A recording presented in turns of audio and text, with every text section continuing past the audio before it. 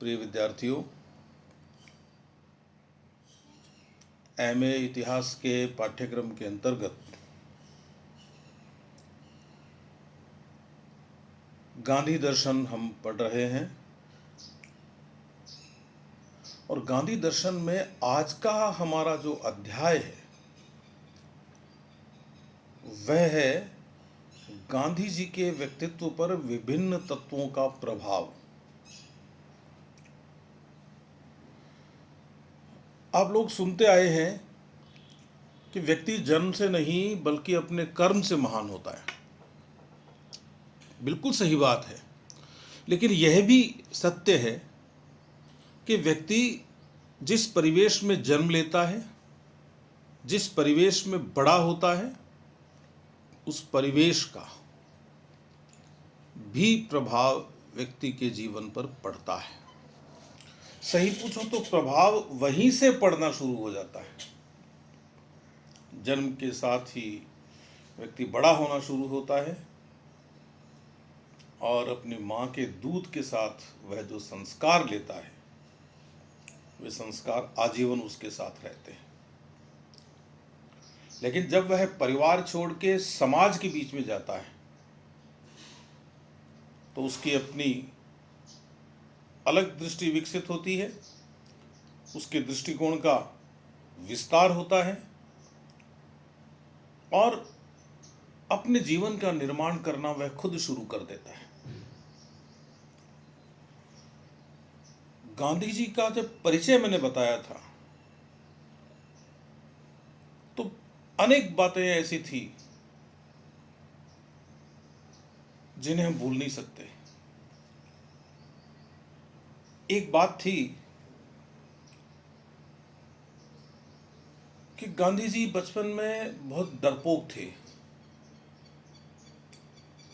अंधेरे में सो नहीं सकते थे वे। तो उनकी जो धाय माँ थी रंभा,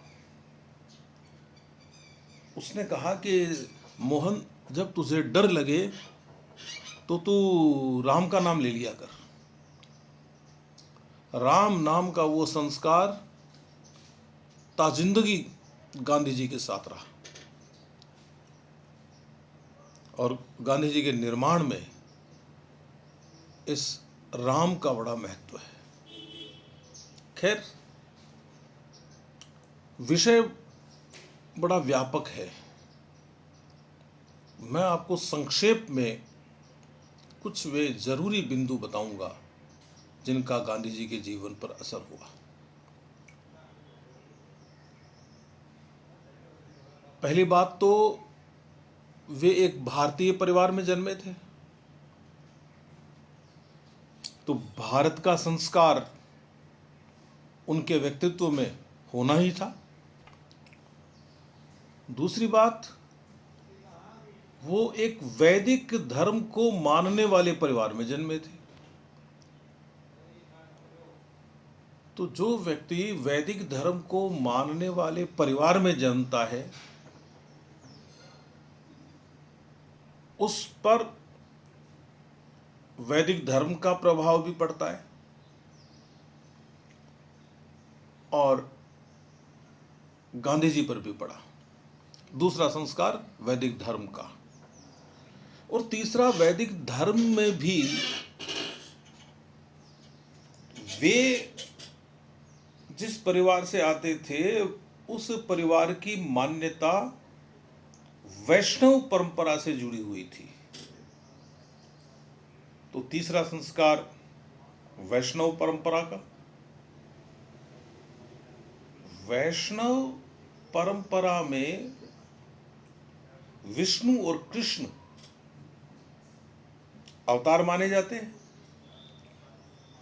और कृष्ण का संबंध है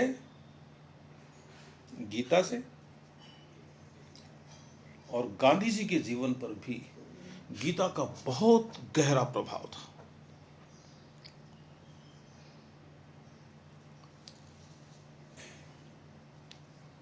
आप ये देखिए, उन्होंने लिखा है कि जब मुझे निराशा घेर लेती है तो उस समय मैं श्रीमद् भगवत गीता की ओर देखता हूं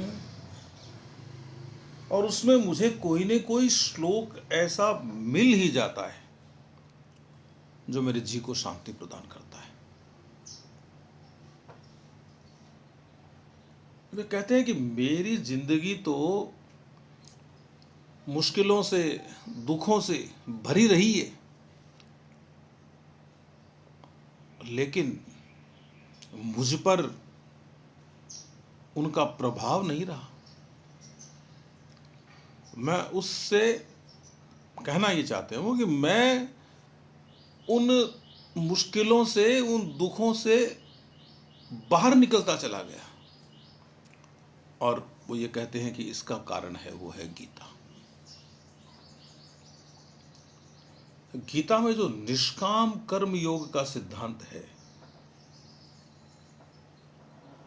कि आप यह तय करके कि मेरे लिए यह करणीय है और यह अकरणीय है,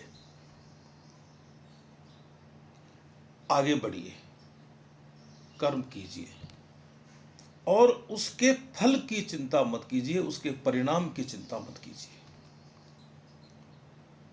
यदि आप करणीय कर रहे हैं तो निश्चित रूप से उसका फल अच्छा मिलेगा, और आप अकरणीय करने लगे तो उसका फल अच्छा नहीं मिलेगा। तो यह जो निष्काम कर्म योग का दर्शन है, गांधी जी के जीवन को बहुत प्रभावित कर गया। इसे आप यूं समझ सकते हैं, सरल शब्दों में समझा देता हूं, निष्काम कर्म योग क्या है। कर्मण्य वाला जो श्लोक है, कर्मण्येवाधिकारस्ते मा फलेषु कदाचन, उसका मर्म समझ लीजिए आप। क्या होता है जब हम कोई काम करना प्रारंभ करते हैं तो इस बात से इनकार कौन कर सकता है कि उस काम का फल नहीं मिलेगा। लेकिन आप कर्म करते समय अपनी ऊर्जा, अपना ध्यान यदि उस फल की ओर कर लेंगे तो आपके जो कर्म करने की क्षमता है उसमें कमी आ जाएगी और उसके कारण अपेक्षित परिणाम नहीं मिलेंगे। बस इतनी सी बात है कि जिस काम में लग जाओ, बस उस काम में ही लग जाओ, उसके परिणाम की चिंता करने की आपको जरूरत नहीं है। और गांधी जी के जीवन में जो सत्य और अहिंसा के प्रत्यय हैं, जो आइडिया हैं, ये आइडिया उन्होंने गीता से ही लिए। प्रारंभ में ये उन्होंने गीता से सीखा कि अन्याय को सहन करना अहिंसा नहीं है, वो हिंसा है। अहिंसा तो वैसे भी एक नकारात्मक प्रत्यय है, नेगेटिव आइडिया है, वो ए लगा हुआ है ना, आप देख लीजिए। अन्याय को सहन करना हिंसा है। अब इसी वाक्य से आप समझ लीजिए कि गांधी जी का अहिंसा का दर्शन क्या था जो उन्होंने गीता से लिया। जो अन्यायी के अत्याचारों का साहसपूर्वक प्रतिकार करता है वह अहिंसा पर चलता है। अब इस अहिंसा पर चलने की पद्धति क्या है, यह मैं आगे बात करूंगा जब गांधी जी की अहिंसा पर चर्चा करूंगा। एक चीज और सीखी गांधी जी ने गीता से, स्थित प्रज्ञता। वह क्या होती है? अपनी प्रज्ञा को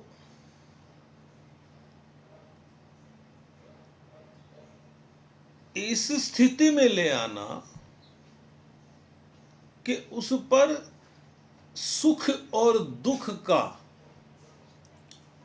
कोई विशेष प्रभाव न पड़े। आप सुख में भी वैसे ही रहें और दुख में भी वैसे ही रहें, यह स्थित प्रज्ञता है। जब अर्जुन धर्म संकट में था, इतना बड़ा योद्धा, कृष्ण को बोला कि मुझसे तो ये हथियार नहीं उठते हैं, मैं नहीं चला सकता ये हथियार, सामने तो मेरे परिवार के लोग हैं, कोई भाई लगता है, कोई काका लगता है, कोई ताऊ लगता है, कोई मेरा गुरु लगता है। तो उस समय कृष्ण ने क्या समझाया उसको कि भाई करणीय क्या है आपके लिए, आपको करना क्या चाहिए वो ज्यादा जरूरी है। इस मोह में पड़कर यदि कर्तव्य से दूर भागते हो तो आप हिंसा कर रहे हो। तो बोले इसका मार्ग क्या है? बोले मार्ग है स्थित प्रज्ञता। सुख में अधिक सुखी महसूस मत कीजिए, दुख में अधिक दुखी महसूस मत कीजिए, और जो होना है वो होगा, जो हो गया वो हो गया। आपकी इसमें श्रेष्ठतम भूमिका क्या हो सकती है वो आपको निभानी है। इसीलिए आप देखेंगे कि सारी दुनिया गांधी के खिलाफ है, गांधी के अपने लोग साथ नहीं है। उस समय भी गांधी जी ने अपना मार्ग नहीं छोड़ा, और उसका कारण ये स्थित प्रज्ञता का सिद्धांत है। एक और भी बात है गीता में, वो ये है कि मतलब कृष्ण कहते हैं कि भाई इस दुनिया में अलग अलग तरह के लोग हैं, और वो अलग अलग विधियों से मुझे याद करते हैं, मतलब ईश्वर को याद करते हैं। लेकिन मेरा सबके प्रति एक जैसा प्रेम है, एक जैसा भाव है। भले ही मुझे चाहने की उनकी विधियां अलग अलग हों।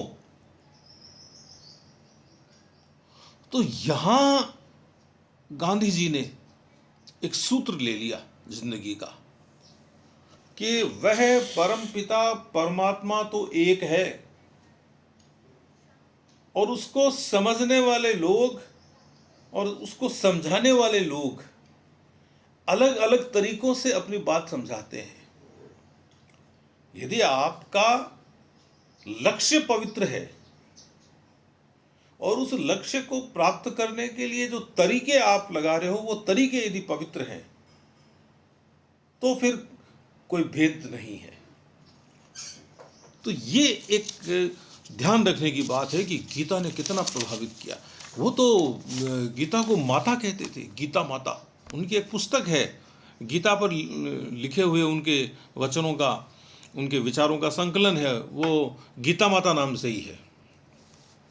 तो ये जो बात कही मैंने कि अलग अलग विधियों से, अलग अलग रीतियों से मुझे नमन करने वाले लोग सब मेरे हैं, और यहीं से गांधी ने सर्व धर्म समभाव का सिद्धांत लिया। अब आप समझ जाइए कि गांधी जी की क्या दृष्टि है। इसके अलावा उन्होंने तो अपनी आत्मकथा में लिखा है कि सत्य की प्राप्ति के लिए गीता सर्वोत्तम ग्रंथ है। और मजे की बात ये देखिए कि बचपन में जरूर वे अपने परिवार में गीता के बारे में सुनते आए थे, लेकिन गीता को उन्होंने सबसे पहले समझा एक अंग्रेज की किताब से। एडविन आर्नोल्ड ने अंग्रेजी में अनुवाद कर रखा था गीता का, और 1888-89 में वो किताब गांधी जी के हाथ लगी, और वहाँ से उनको ये समझ में आया कि ये तो बड़ी महत्वपूर्ण किताब है। और फिर उन्होंने जो गीता का जो गुजराती संस्करण है वह देखा, हिंदी का संस्करण देखा, और टीकाएं पढ़ी उस पर, और फिर गीता से उनको हमेशा हमेशा के लिए प्रेम हो गया। अब ये मैंने पहले ही कहा कि चूंकि वो एक वैदिक परंपरा से आते थे, तो बचपन में तो जो देखा उन्होंने देखा अपने घर में। आप देख लीजिए, जब वो विदेश जा रहे हैं तो उनकी माँ उनसे वचन ले रही है कि तू वहाँ मांस नहीं खाएगा, शराब नहीं पिएगा, ये नहीं करेगा, वो नहीं करेगा, और वचन निभाया उन्होंने। चोरी कर ली बचपन में घर में, और फिर पिताजी को पत्र लिख दिया, पकड़ा दिया कि मेरे से ये काम हुआ। ये कहाँ से सीख लिया उन्होंने? अपनी आत्मा में तो कुछ था ही उनके, लेकिन एक संस्कार भी होता है परिवार का। तो वो जो वैदिक परंपरा है, उस वैदिक परंपरा में जो उपनिषद ग्रंथ हैं, उन उपनिषद ग्रंथों में अहिंसा का बहुत ज्यादा जिक्र है। भले ही गांधी जी ने बड़े होकर अहिंसा की व्याख्या करना सीखा होगा, लेकिन चोरी कर ली और उसके बाद में उसके लिए माफी मांगी, तो उनको ये जरूर लगा होगा कि चोरी करना हिंसा है,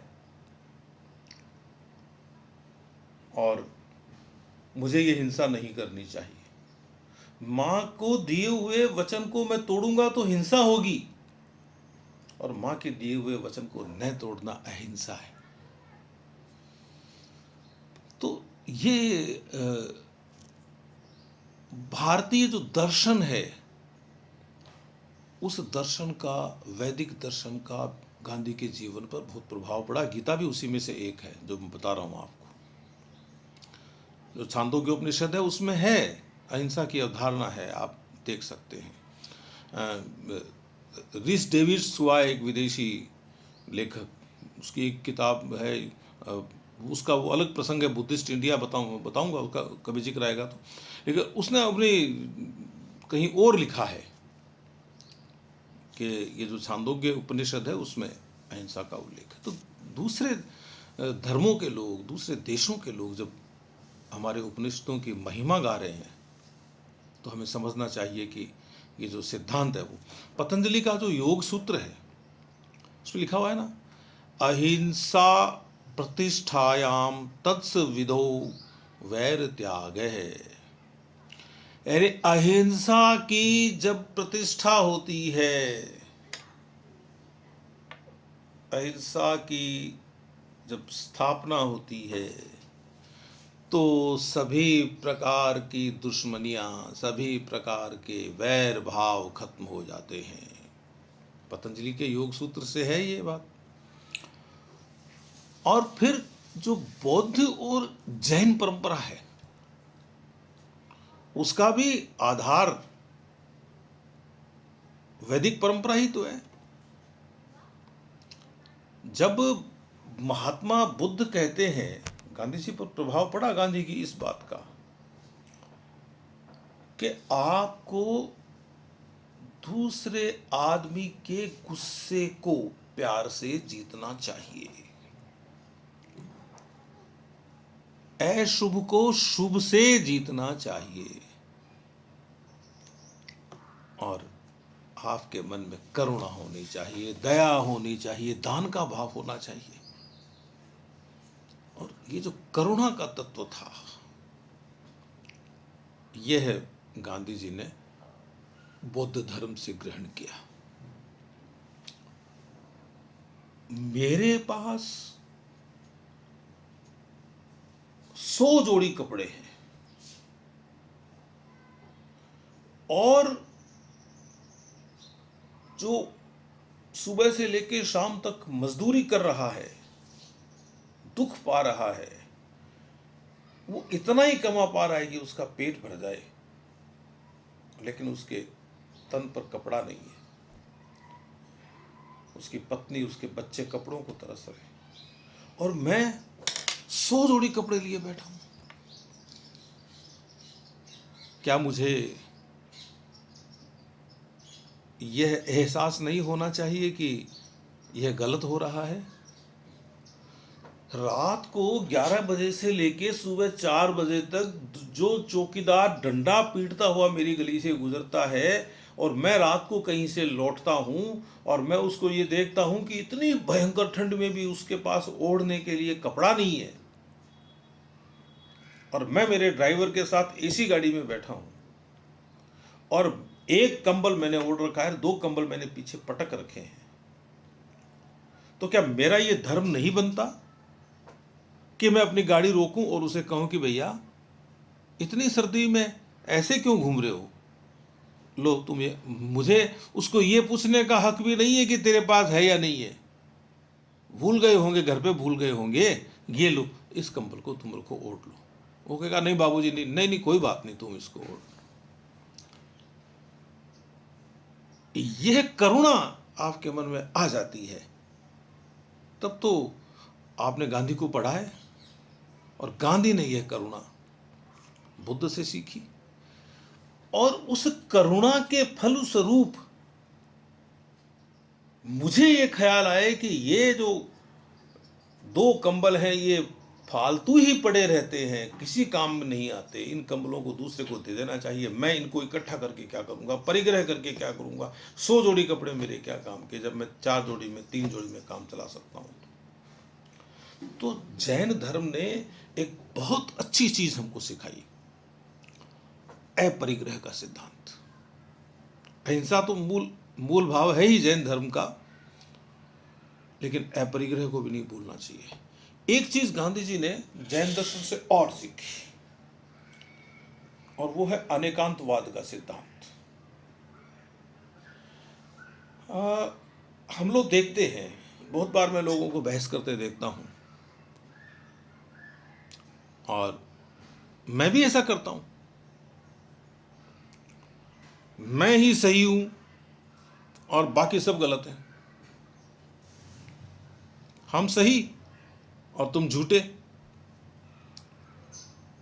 और ये मानना पड़ेगा आपको कि मैं ही सही हूं। जैन धर्म ऐसा नहीं कहता। सत्य के विभिन्न रूप हो सकते हैं, अनेक रूप हो सकते हैं सत्य के, और यह जरूरी नहीं कि दूसरे को जो सत्य लग रहा है वो आपको सत्य लगे। आपका सत्य अपनी जगह सत्य है, उसका सत्य अपनी जगह सत्य है, और जो कैवल्य को प्राप्त कर लेगा जैन धर्म के अनुसार, वो सब कुछ देख सकता है। आपने वो अंधे राजकुमारों वाली कहानी तो सुनी ही होगी, बहुत बार सुनी होगी। 4 अंधे राजकुमार होते हैं और वो हाथी खरीदने जाते हैं। हाथी उनका देखा हुआ नहीं है। पूरी कथा दोहराने का कोई अवसर नहीं है ये, लेकिन यही है कि एक राजकुमार दीवार पे हाथ फेर के कह देता है कि यही हाथी है।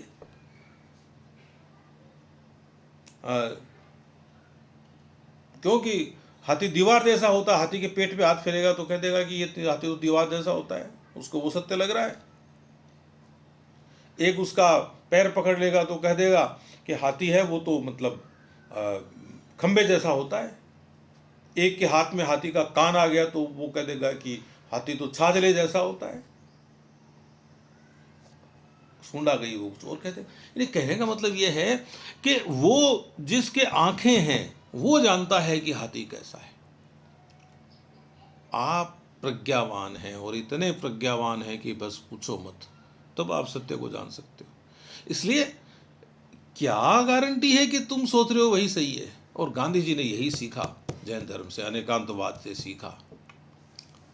बहुत गहरा प्रभाव पड़ा उनके जीवन पर कि दूसरे की भी सुनो।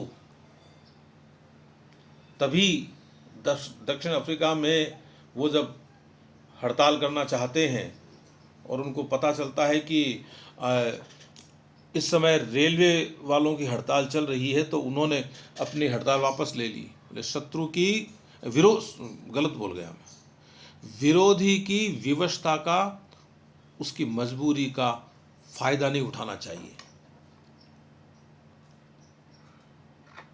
क्यों? कि आप ऐसा करेंगे तो जो आपका जो सत्य है वह सत्य वह नहीं समझेगा, वो आपके सत्य को इस तरह से समझेगा कि आप मजबूरी का लाभ उठाने वाले आदमी हैं। जा ही नहीं पाएगा वो आपके आत्मा तक। तो ये कुछ बिंदु हैं। और जब मैं इसका दूसरा भाग करूंगा उसमें मैं आपको ये बताऊंगा कि गांधी जी पर ईसाई मत का, इस्लाम का क्या प्रभाव पड़ा, और 2-3 ऐसे व्यक्ति लूंगा जिनसे गांधी जी बहुत बहुत प्रभावित थे। एक टॉल्स्टॉय, एक रस्किन, एक थोरो। ग्रीन की भी बात करेंगे थोड़ी सी। इनके विचारों ने भी गांधी जी को बहुत प्रभावित किया। तो आप एक बात को समझ लीजिए कि गांधी जी के जीवन पर जो मूल प्रभाव था ना, वह तो उनके भारतीय होने का ही था। गांधी जी का जब निधन हुआ था, जब उनकी हत्या हुई थी, तो लंदन टाइम्स जो अखबार है उसका एडिटोरियल पेज, उस पर क्या लिखा आया, क्या लिखा संपादकीय में, संपादक ने क्या लिखा, संपादक महोदय ने। आप सुन लीजिए, आप समझ जाएंगे कि गांधी जी का निर्माण है वो कैसे हुआ। भारत को छोड़कर कोई अन्य देश, भारत को छोड़कर कोई अन्य देश और हिंदू धर्म को छोड़कर कोई अन्य धर्म गांधी जैसे महान व्यक्ति को जन्म नहीं दे सकता था। अब आप समझ जाइए कि गांधी जी के व्यक्तित्व के निर्माण में प्रमुख तत्व कौन से थे।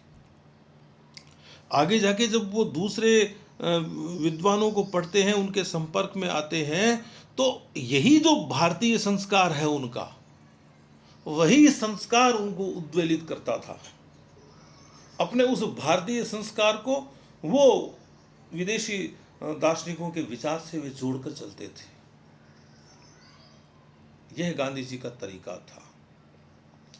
फिर आप कह देंगे कि ये भारतीय संस्कार फिर हर एक व्यक्ति में आना चाहिए था, हर व्यक्ति गांधी बनना चाहिए था।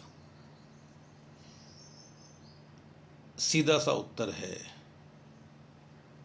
कि भारतीय प्रभाव को हम सच्चे मन से अपने ऊपर आरोपित ही नहीं करते, लागू ही नहीं करते, आत्मसात ही नहीं करते अपने संस्कारों को जो हमारे पूर्वजों ने हमको दिए हैं। गांधी ने जिस ईमानदारी से, जिस निष्ठा से, जिस निश्चलता से भारतीय संस्कारों को अपनाया, वैसा हर कोई नहीं कर सकता, वैसा गांधी ही कर सकता है। लेकिन गांधी हो भी भारत में ही सकता है, किसी दूसरे देश में नहीं हो सकता। तो जब हम अगली बार बैठेंगे तो मैंने अभी बताया कुछ इन दार्शनिकों की बात करेंगे, और इस्लाम और ईसाई मत हैं, धर्म कह लीजिए, इनका प्रभाव गांधी जी पर क्या हुआ, इसको देखेंगे। मन तो यही था कि मैं आज ही सारी बात पूरी कर दूं, लेकिन ये जो व्यवस्था है